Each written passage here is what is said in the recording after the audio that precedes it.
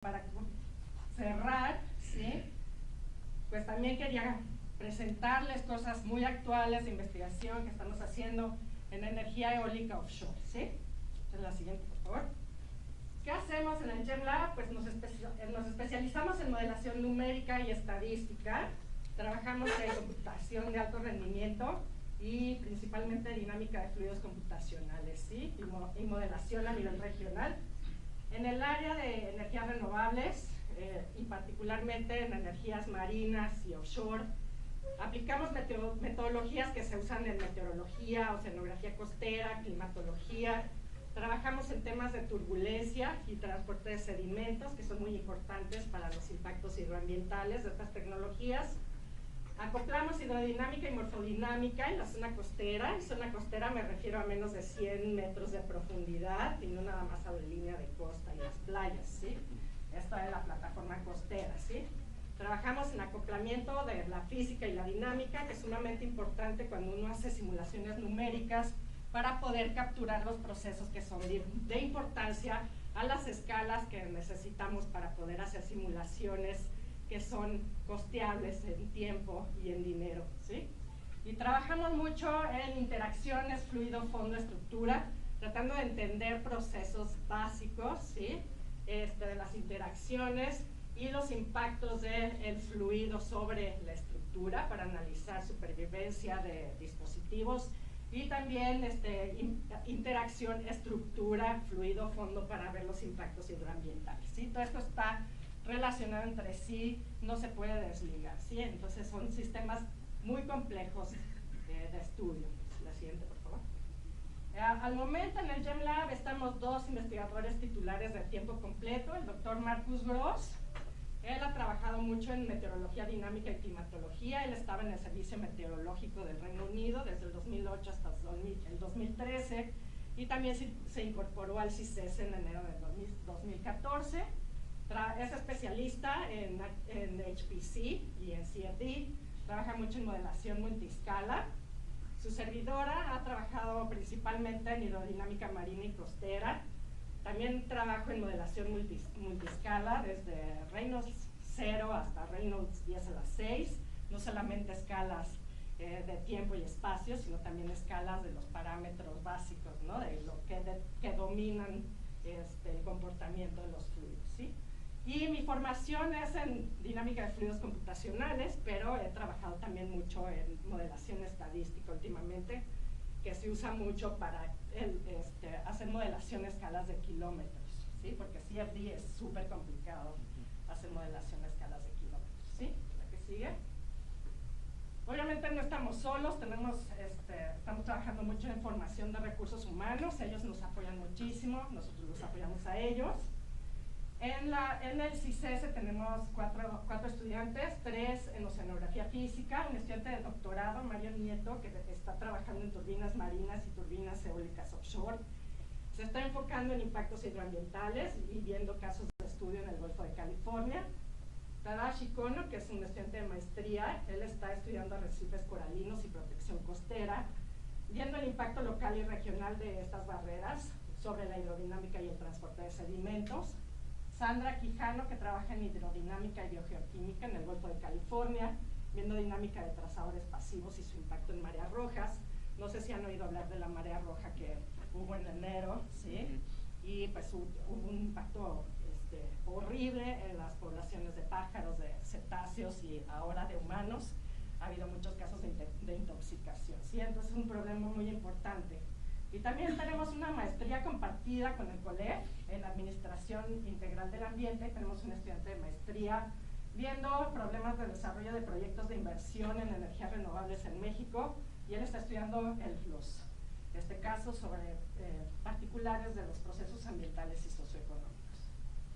Tenemos 2 estudiantes en codirección con la Universidad de Plymouth. Nosotros estuvimos ahí, vivimos en Plymouth 8 años, ¿sí? Tenemos un estudiante en ingeniería costera, trabajando en la aceleración de modelos de morfodinámica costera con algoritmos genéticos.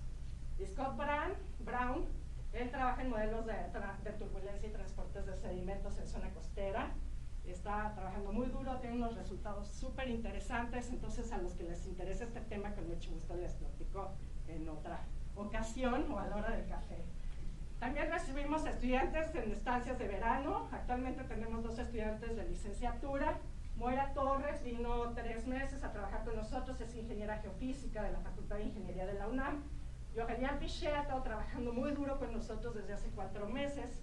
Él ha estado haciendo mucho de la caracterización de energía de mareas en el Golfo de California, en el que estamos trabajando ahorita. No voy a hablar de eso hoy. A los que le interese también, por favor, búsquenme a la hora del café, ¿sí? Entonces, ya entremos ya al tema de lo que es nuestra plática de hoy. ¿Cuáles son las fuentes de energía del océano y en el océano? ¿Sí? Entonces, la energía marina, o lo que se conoce como energía del océano, hay 5 fuentes principales. Las energías por gradientes de salinidad, que se extraen por osmosis inversa. Energías por gradientes de temperatura, o OTEX. Hubo un trabajo, un póster aquí que se presentó ayer del grupo de limnología y ciencias marinas. Energía debida al oleaje, lo que hemos trabajado mucho. Energía potencial de mareas o maremotriz, que es lo que funciona por diferencias de marea, rangos de marea, ¿sí? Muy parecido a la energía hidroeléctrica. Y la energía hidrocinética de mareas y corrientes marinas, ¿sí? La siguiente, por favor. Y luego tenemos la energía en el océano, que es energía offshore, ¿sí? Estas energías, uno técnicamente no está extrayendo energía del sistema, sino que estamos con algún dispositivo en el mar extrayendo energía que se encuentra en ese ambiente o en un ambiente vecino. Ajá. A esto, la energía offshore sería, por ejemplo, la energía eólica, la solar offshore. Kyocera tiene proyectos de solar offshore, geotérmica, obvio energías en mar. La energía eólica offshore es de suma importancia actualmente y por eso es que estamos trabajando mucho en ella, pues es una medida importante como mitigación del impacto de cambio climático. Se le está apostando mucho a esa tecnología para poder llegar a los objetivos que se ha impuesto la Unión Europea sobre el porcentaje de energía que deben producir por energías renovables. ¿Sí? Eso es lo que voy a hablar un poco de eso ahorita. Esto... Hay unos problemas de conexión.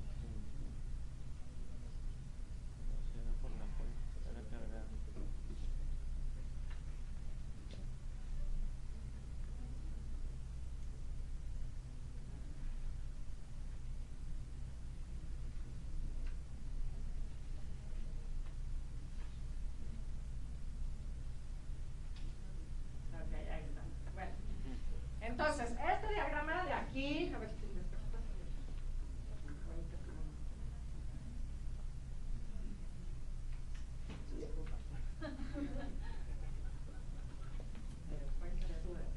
Sí, es el de arriba. Sí. Ok, entonces este pie, ¿sí? Les muestran cómo está la distribución, ¿no?, de energías renovables actualmente en el Reino Unido, ¿sí?, por importancia, digamos, en la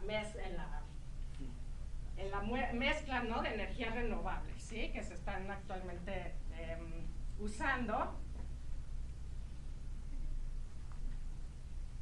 Y bueno, en esa división, ¿no?, de porcentajes, efectivamente, ¿no?, de cuánto se está usando de energía renovable por el tipo de energía renovable, ustedes van a ver, ahorita que regrese la señal, ¿no?, que una parte importante de ese porcentaje lo cubre la energía eólica en tierra y la energía eólica en mar, ¿sí? Y una pequeña porción la cubre las energías del océano, que en la actualidad son energías de mareas, ¿sí?, y energías de oleaje, son las más dominantes, ¿sí?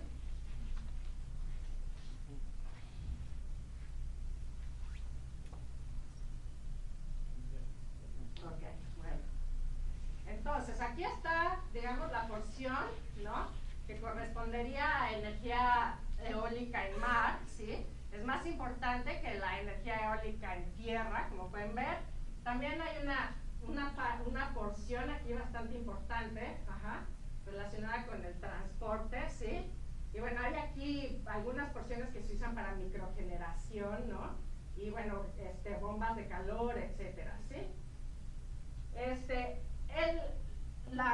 el el objetivo para el 2020, o sea, en 5 años, es tratar de cubrir el 10% de la energía que se usa para transporte, el 10% con energías renovables, el 30% de la energía que se usa para electricidad con energías renovables y el 12% que se usa para calefacción con energías renovables, ¿sí?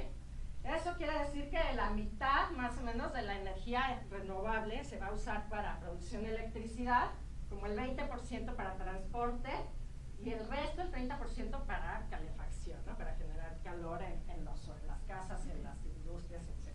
¿Sí? Y como pueden ver, pues sí, el eólico es súper importante, ¿no? Y para poder llegar a estos objetivos, ¿sí? Entonces, la siguiente. Entonces, hablemos ahora de cómo funcionan las fuentes de energía del océano, ¿sí? Voy a empezar por las membranas de osmosis inversa, ¿sí? Hay muy poca investigación que se ha hecho, ¿sí? Y a pesar de que es algo que se propuso hace muchas décadas, ¿sí? Pero el proceso es súper complicado. Ajá. En esta técnica se aprovechan gradientes de salinidad y se puede usar presión retardada por osmosis o electrodiálisis inversa, ¿sí?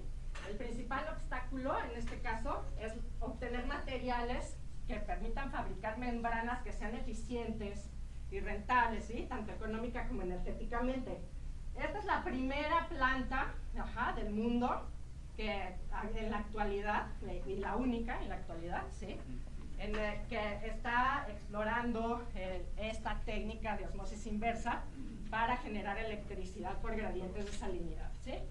Esta planta la empezó a trabajar en 2010, han estado haciendo mucha investigación y desarrollo en esta área y lo que han logrado hasta ahora pues, es generar suficiente electricidad para calentar un café, ¿sí? Entonces, hay muchos retos con esta tecnología, ¿sí? Se necesita mucha infraestructura, se necesita mucha investigación en física de materiales, en química. Ahora, aquí en esta sala y en estos 3 días ha habido muchas pláticas relacionadas con esos temas, así que los reto a todos ustedes que hagan una contribución en este tema, ¿sí? Que ha sido muy dificultoso, ¿sí?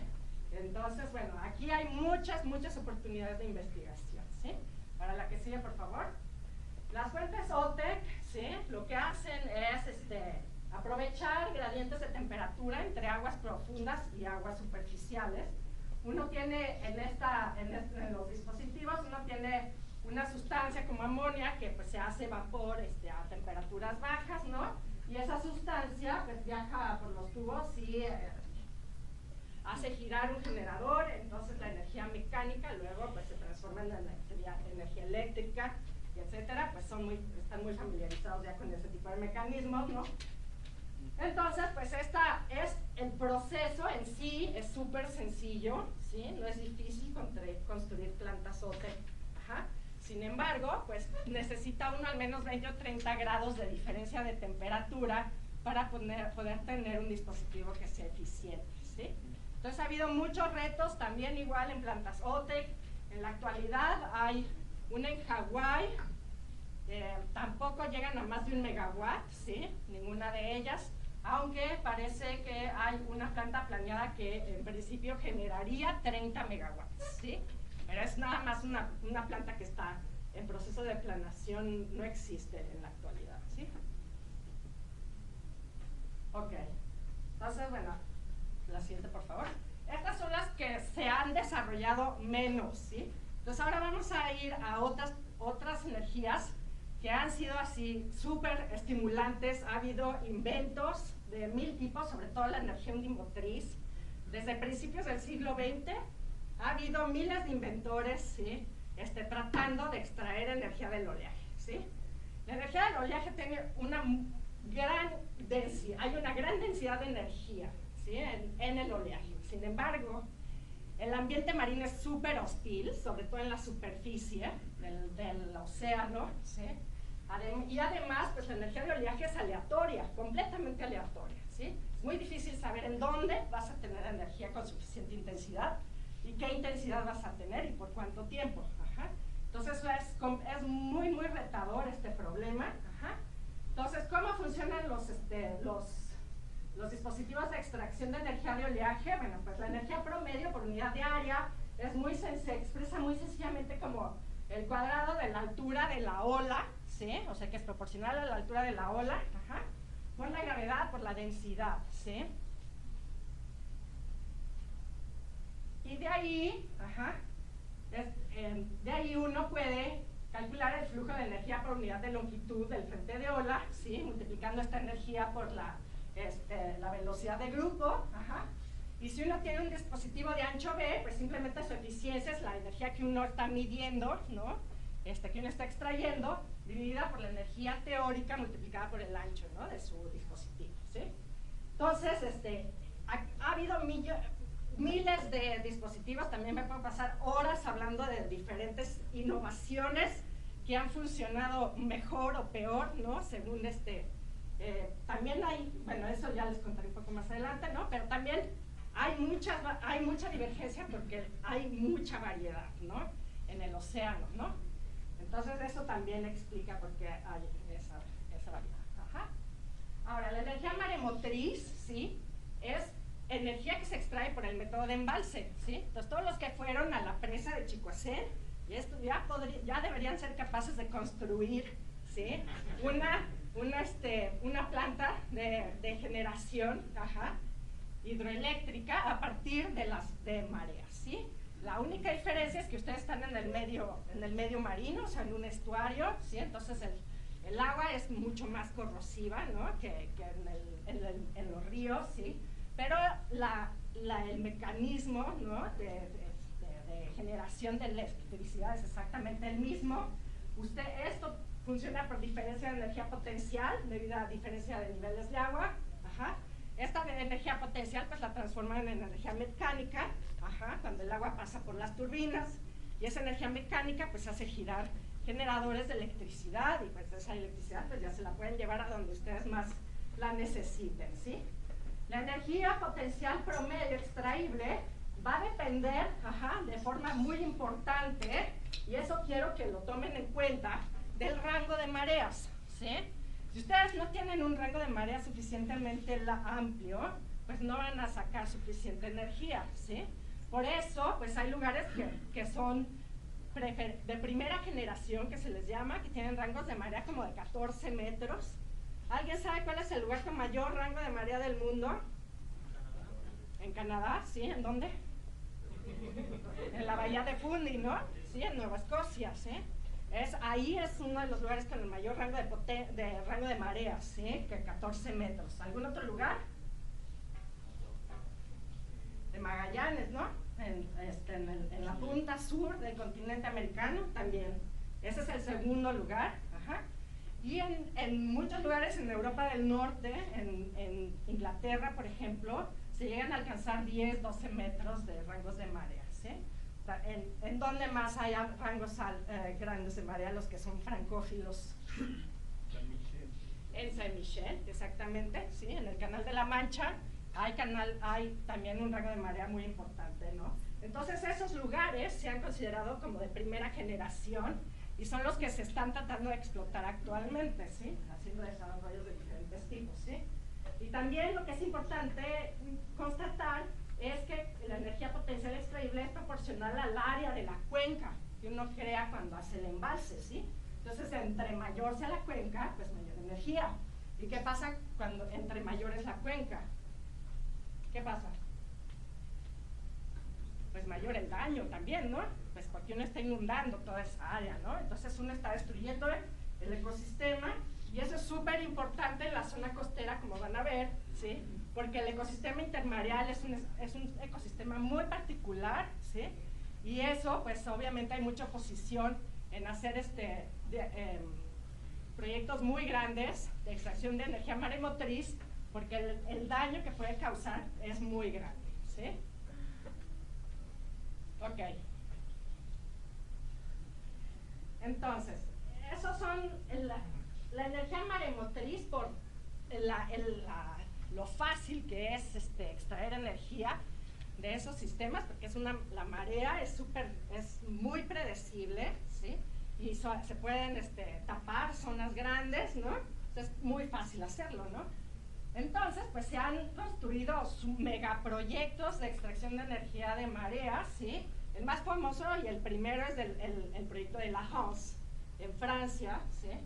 En la actualidad fue durante décadas el proyecto más grande de extracción de energía de maremotriz.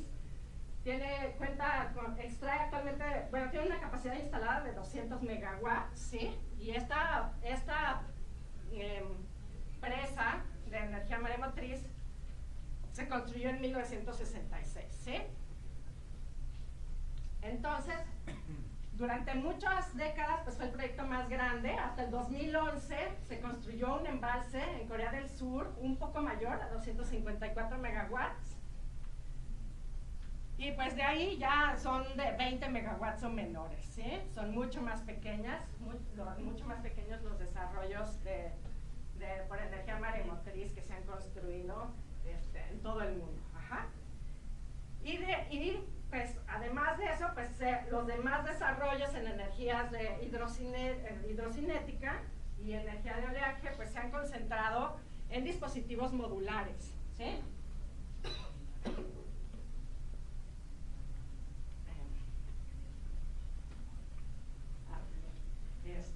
Ok, entonces, el siguiente.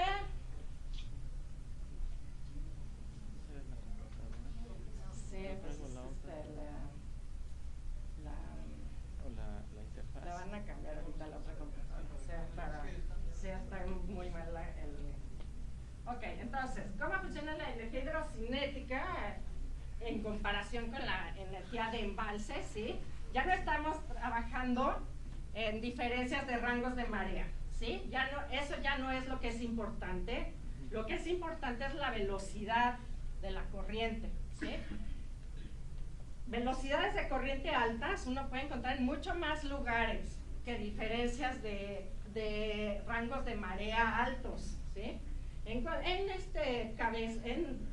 constricciones topográficas, que son las más conocidas, se crea un efecto Venturi, y ahí se acelera la corriente y esos sitios pues tienen potencial de extracción, ¿sí? Entonces, pues el problema es que uno tiene que encontrar esos sitios, ¿no? Entonces necesitan pues hacer experimentos en campo, ir a sacar buenas batimetrías, ir a meter ADCPs para medir corrientes, etcétera, etcétera, ¿no? Entonces, es un poco más difícil encontrar estos sitios, sí, pero pues el impacto ambiental es mucho menor, y pues se aprovechan muy bien las mareas también, ¿no? En esos sitios. En este caso uno necesita tener velocidades de más de 1.52 metros por segundo en promedio durante marea alta, ¿sí? Y se aprovechan constricciones batimétricas, ¿sí? En este caso, la energía que se extrae depende del cubo de la velocidad, ¿sí? Entonces eso es súper importante porque pequeños cambios de velocidad pues van a generar grandes cambios en la energía que uno puede extraer. Y pues también depende del diámetro del rotor, ¿sí? De la sección transversal con la que uno está frente al fluido. Ahora, el límite de Betz, hasta ahora, ¿sí? No se ha probado que no se aplique a la energía hidrocinética, aunque hay gente que dice que no se aplica para la energía hidrocinética, no se aplica para turbinas marinas. El límite de Betz dice que solo se puede aprovechar .59, o sea, el 59% de la energía máximo. Para el caso de las turbinas marinas actuales, ¿sí? Lo que se puede aprovechar actualmente es como el 40%, ¿sí? Ese es su factor de planta, ¿sí? Ese es el 40% para turbinas marinas. ¿Sí? Y ya finalmente, de las energías en mar o offshore, solamente les voy a hablar de energía eólica, porque si no, pues vamos a pasarnos horas y horas, ¿no? La energía eólica es igual que la energía hidrocinética, el principio físico es el mismo, ¿sí? Uno está extrayendo energía del aire, no del agua. La densidad en el aire, ¿cuál es comparativamente con la densidad del agua? ¿Cuánto es? Es 1000 veces menor, ¿no? La densidad del aire, ¿no? Entonces, en principio uno diría, pues del aire voy a extraer 1000 veces menos energía, ¿no? Que del agua, ¿no? Además, el viento, pues no es tan constante como la energía, como las mareas, ¿no? Que son las que generan estas corrientes, ¿sí? Entonces, en principio, la energía hidrocinética es más constante, ¿sí? Es más predecible. La energía hidrocinética, el problema es que pues, el ambiente es muy corrosivo y pues también hay muchos otros factores que han hecho que no se ha desarrollado tanto, ¿no? Es más fácil encontrar muchas áreas grandes donde el potencial de energía eólica es grande también, ¿sí? Entonces se pueden hacer parques eólicos muy grandes y es más difícil hacer parques hidrocinéticos grandes, ¿sí? Entonces, en el caso de la energía eólica offshore y de cualquier energía offshore, el dispositivo está en el mar. Ajá. Entonces, el dispositivo se debe adaptar al medio en el que está, ¿sí? Las fundaciones, en el caso de la energía eólica, pues también deben adaptarse, se adaptan según la profundidad, ajá, y según la intensidad del oleaje también. Y, sin embargo, tienes ventajas con respecto al eólico en tierra, ¿sí? No tienes esa limitación tan grande en el tamaño de la turbina, ¿sí? Ahorita las turbinas actuales tienen 8 megawatts de capacidad, ajá, las de mar, ajá, y en tierra apenas estamos llegando a 3.3, etcétera, ¿sí?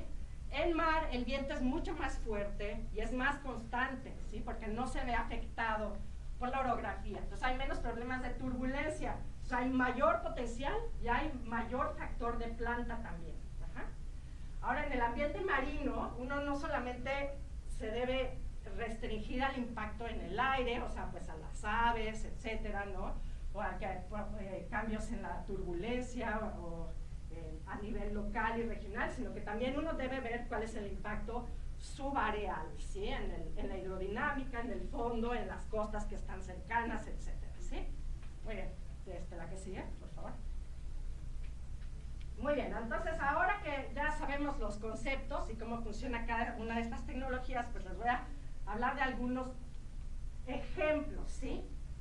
Dijimos, en la energía de oleaje hay mucha variedad, ¿sí? Aquí están los 6 principales, ¿no? Que han tomado como fuerza en las últimas 2 o 3 décadas. Pues está el atenuador. ¿Alguien sabe un ejemplo de atenuador? En el póster de Álvaro había una foto de un atenuador, el Pelamis. El Pelamis es un dispositivo de oleaje tipo atenuador. Ajá. Pelamis fue el que llegó a nivel comercial antes que todos los demás, ¿sí?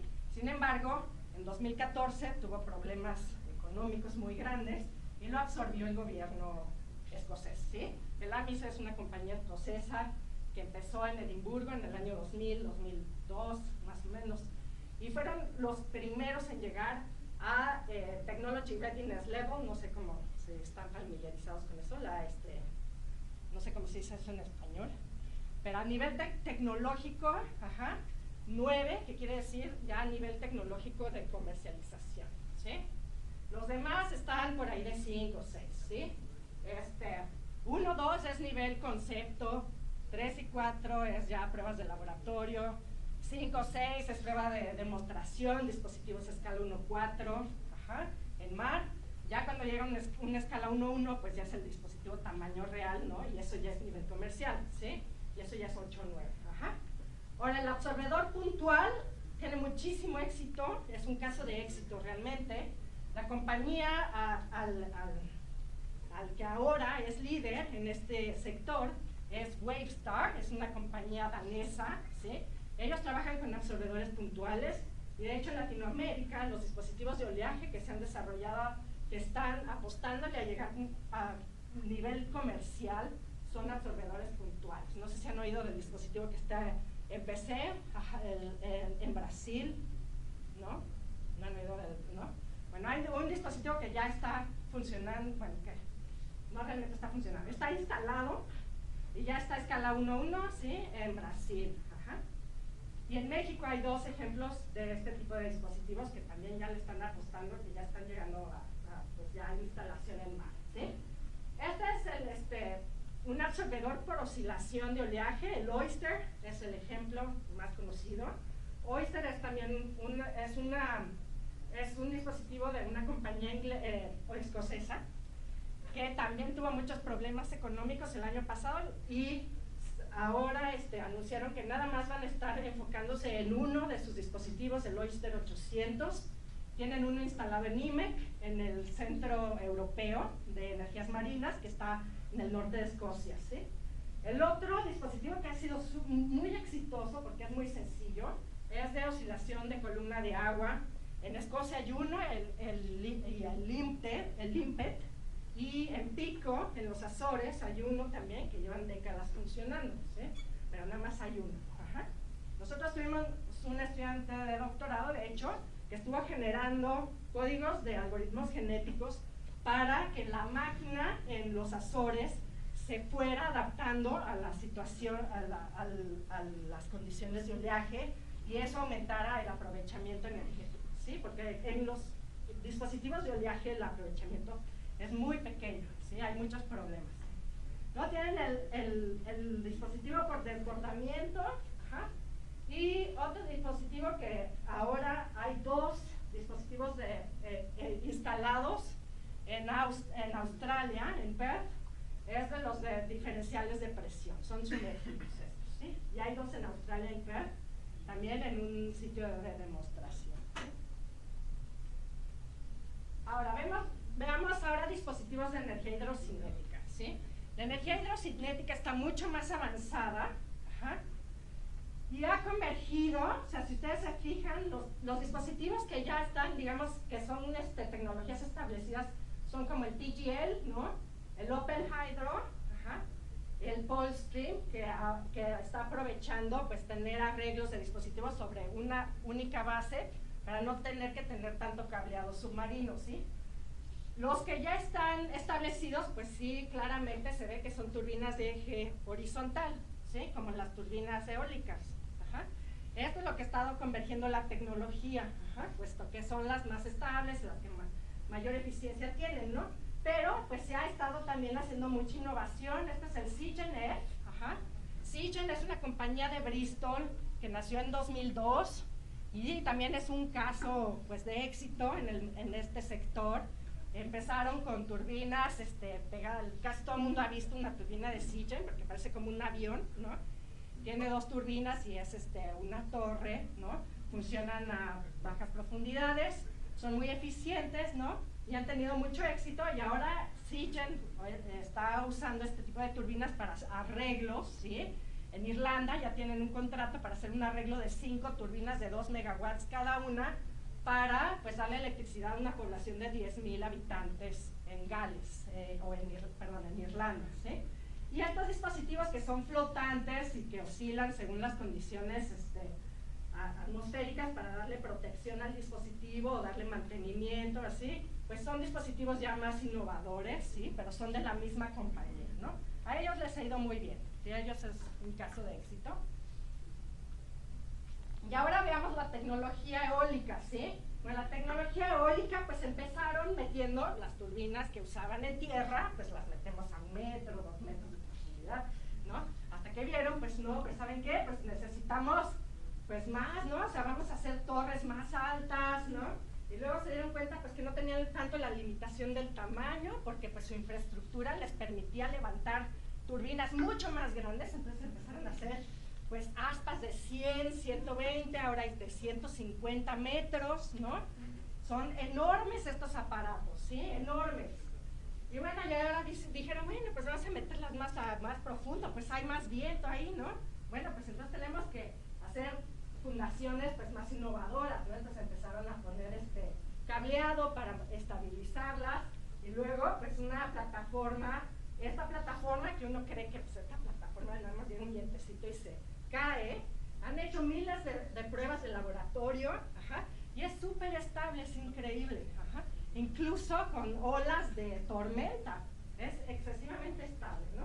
Entonces, bueno, estas, digamos, son adaptaciones del modelo que hay en tierra para el ambiente marino, ¿no? Pero ¿por qué limitarse a eso, no?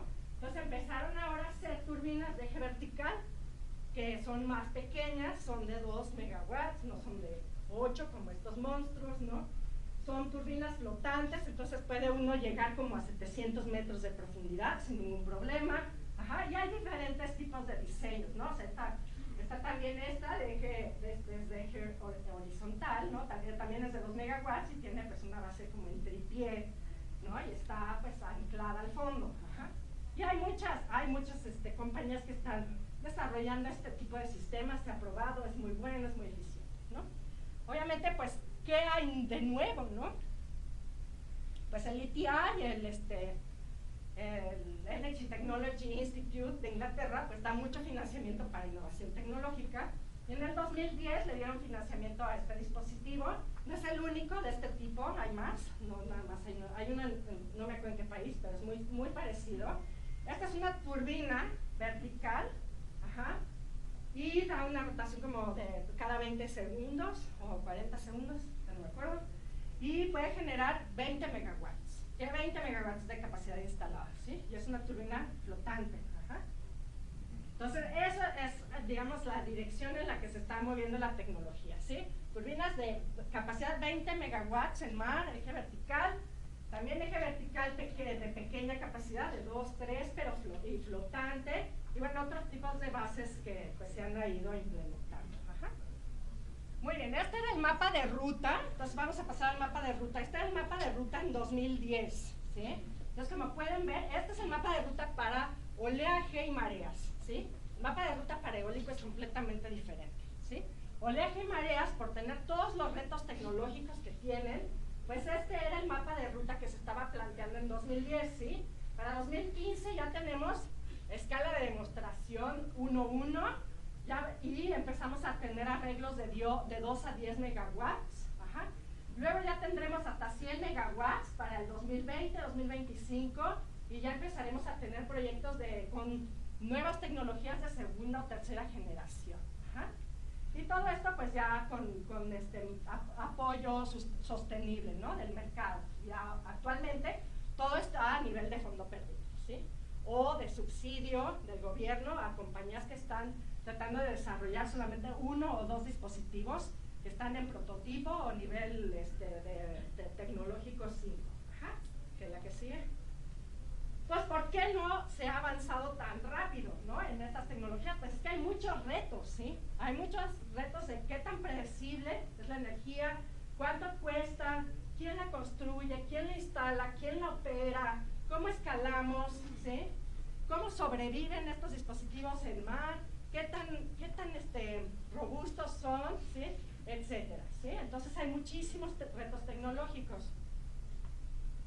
Hay varias limitaciones que están relacionadas con el recurso mínimo para que uno pueda extraer energía de forma rentable. Ajá. Actualmente para mareas en zonas someras el límite es de 2 metros por segundo, ¿sí? Se espera que para ya el 2030 en adelante sea 1.5 metros por segundo. Ajá. Ahorita no hay ninguna tecnología para aguas profundas de marea y se espera que para el 2030 en adelante también tengamos dispositivos que puedan aprovechar mareas con velocidades de 1.5. El caso del oleaje, ajá, ahorita pues el límite son 20 kilowatts por metro de frente de ola. Se espera que pues para el 2030 en adelante pues ya hayamos podido bajar a 15 kilowatts por metro. Ajá. El viento en general son 8 metros por segundo, se espera bajar a 7. Y pues eso tanto en agua somera como en aguas intermedias y en aguas profundas se espera bajar a 7.5, ¿sí? Entonces estas son limitaciones tecnológicas. También hay limitaciones que están debidas a la distancia a la costa y estas limitaciones no voy a entrar mucho en detalle, pero pues obviamente varían entre del tipo de tecnología y varían y también pues hay limitaciones debidas al tamaño del arreglo, ¿sí? Hasta ahorita pues no se ha podido ir a más allá de 10 megawatts, se espera que para el 2020 ya se tengan 100 megawatts de capacidad instalada y del 2030 en adelante 500 megawatts de capacidad instalada. Esto más o menos es general para los 3 tipos de tecnología. Ajá.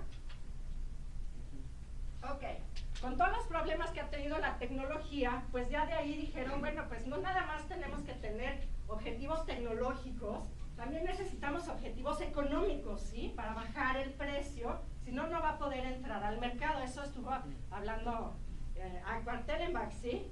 Para poder meter una tecnología al mercado, pues tiene que ser competitiva. Ajá.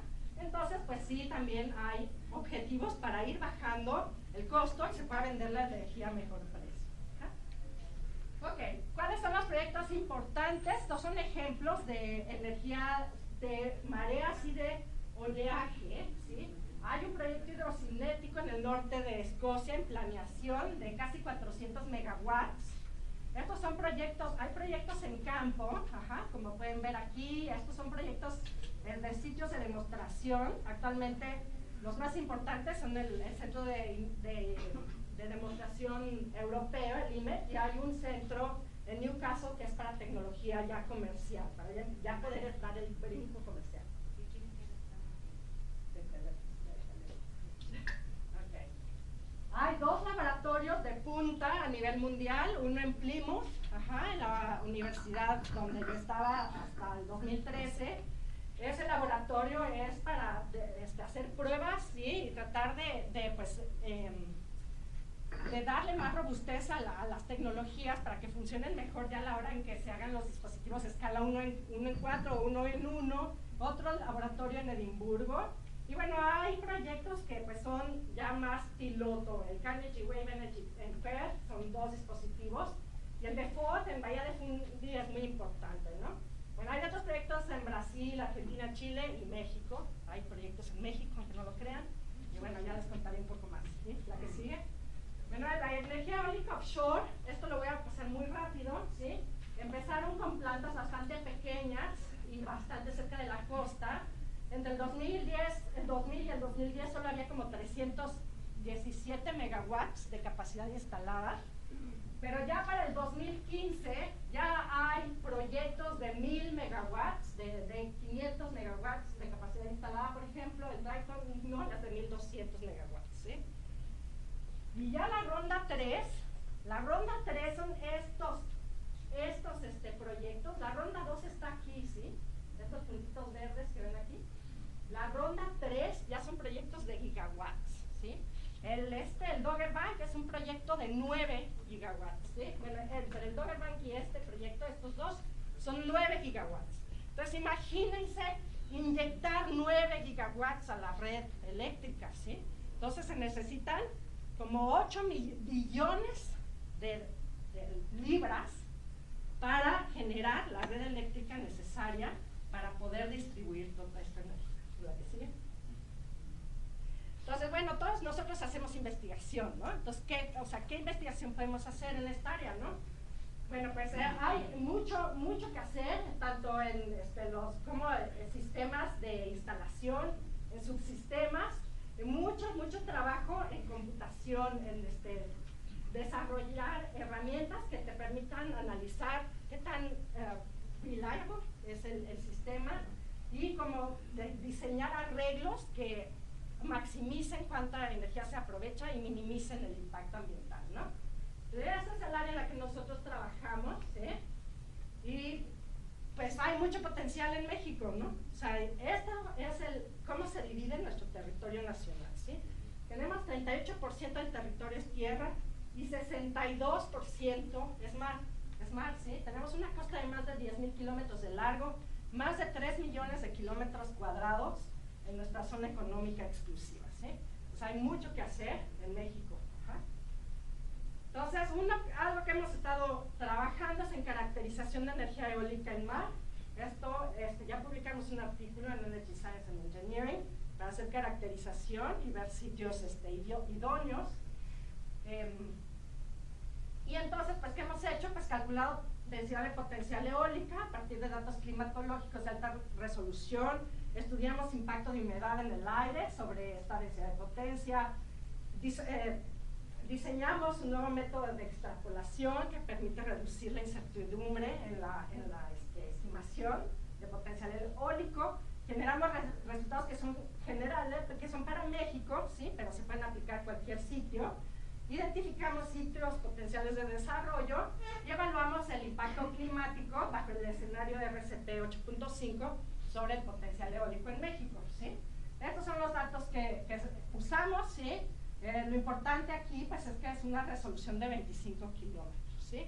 Y bueno, tiene 85 niveles en la capa de densidad y 86 niveles en la capa de temperatura, ¿sí? Estos son los diferentes tipos de extrapolaciones que se han propuesto en la literatura, en mar pues se ha visto que este coeficiente es más apropiado.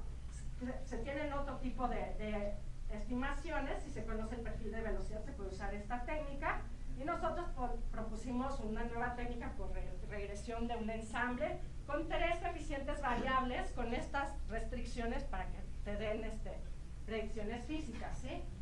Aquí, esta es la fórmula para calcular la densidad de potencia eólica, ¿sí? Como pueden ver, pues es el cubo de la velocidad por la densidad, ¿sí? Y pues cuando uno está considerando la humedad del aire, pues eso tiene que considerar la densidad del aire húmedo, ¿sí? Entonces esa densidad, como los datos no nos los da directamente, no son datos de salida del modelo, aunque el modelo los calcula, pues se tienen que hacer cierto tipo de extrapolaciones y aproximaciones para poder recuperar la densidad de humedad, ¿sí?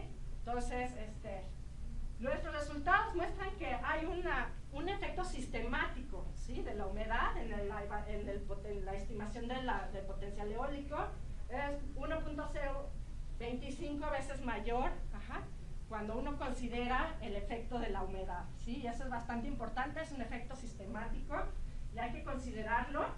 Luego analizamos pues cuál era el error en la raíz media cuadrada, ¿sí? De estos diferentes tipos de técnicas de extrapolación. Se vio que había mucha variabilidad espacial en los errores. Entonces, pues lo que se usó fue usar el método que diera el mejor resultado localmente. Entonces, pues estos ya son resultados que ya tenemos publicados, son mapas de energía eólica para la República, de energía eólica en mar para la República Mexicana, ¿sí? Tenemos una página web donde ustedes pueden ver, ir y picarle al área que a ustedes les interesa para ver si donde ustedes viven pues hay potencial, ¿no? Esto es a 10 metros, ¿sí? Todo el mundo lo conoce, ustedes que están aquí en Chiapas, ¿cómo se llama esto? ¿Qué son vientos qué? No son alisios. ¿Cómo son? ¿Cómo se llaman? Tehuanos, hombre, son tehuanos. Son vientos tehuanos, ¿sí? Se generan por diferencia de presión entre el Golfo de México y el Golfo de Tehuantepec, son vientos súper fuertes, y por eso está ahí, o sea, por eso hay desarrollos en la ventosa está ahí en medio, ¿no? Es un hoyo en las montañas que deja pasar el aire, ¿sí? Entonces si ya ustedes ven a la altura de la tecnología moderna de eólicos de escala comercial, no nada más hay potencial en Oaxaca. Tenemos un montón de lugares en la República, dentro de las aguas territoriales, donde podemos ir a explotar esta energía, ¿sí? Entonces, en resumen, pues ya identificamos 6 áreas de interés especial: el Alto Golfo de California, el norte de Isla Cedros, la costa del Pacífico al norte de Baja California Sur, el Golfo de Tehuantepec, Veracruz, el norte de Mérida y el sur de Quintana Roo, ¿sí? Esto no se los voy a mostrar, pero pues ya son análisis estadísticos para ver pues propiedades locales, ¿sí? Y ahora lo que estamos haciendo, que todavía no se ha publicado, a ver si te regreso tantito, son diferencias en la estimación del potencial eólico en mar a 50 metros, a lo que le llamamos original, es al escenario que usamos para el artículo que acabamos de publicar. Y bueno, aquí está qué es lo que pasa cuando uno ve el escenario de cambio climático RCP 8.5. ¿Y qué pasa? ¿Qué ven aquí? Esto es menos 0.5. ¿Qué pasa aquí? Pierden 50% de la energía en el Golfo de Tehuantepec, en este escenario de cambio climático, ¿sí? Entonces, bueno, ¿eso es bueno o es malo? Pues no necesariamente, no es necesariamente malo, porque puedes estar perdiendo los vientos muy intensos, y eso es lo que encontramos, de hecho, que hay mucho menos vientos intensos, menor cantidad de vientos intensos, que tu tecnología no puede aprovechar esos vientos porque se traba, y tienes mayor cantidad de vientos, ¿sí? En velocidades de 8 a 12, ¿sí? Que esos sí los puedes, de 8 a 12 o de 12 a 15 metros por segundo, esos sí los puedes aprovechar bien, ¿no? De 12 metros para arriba, pues ya tienes tu capacidad total, ¿no? De tus curvas de potencia, ¿no? De 8 metros por segundo en adelante. Aquí en Tehuantepec, pues hay vientos de 22 metros por segundo, ¿no? Que son muy inestables, tú no puedes sacar energía, ¿no? Y eso se vio en los 80, los 90, ¿sí? Las turbinas que se instalaron, pues no estaban dando el rendimiento que se esperaba, ¿no?